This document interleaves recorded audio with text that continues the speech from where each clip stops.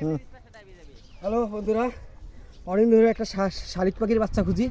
আজকে নদীতে এসে গোসল করার পরে ওই যে বাসার আগায় যে বাসাটা, ওটা শালিক পাখির বাসা। আমরা এখন ওখানে বাচ্চা আছে, 2 থেকে 3টা হবে, বাচ্চাটা পারবো।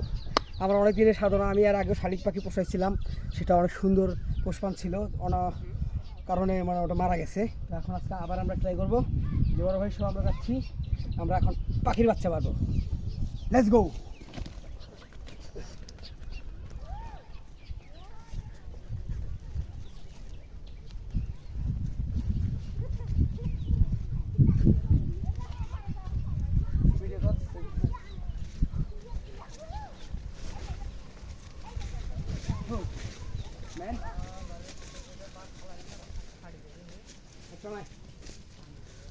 চলে আসছি পাখির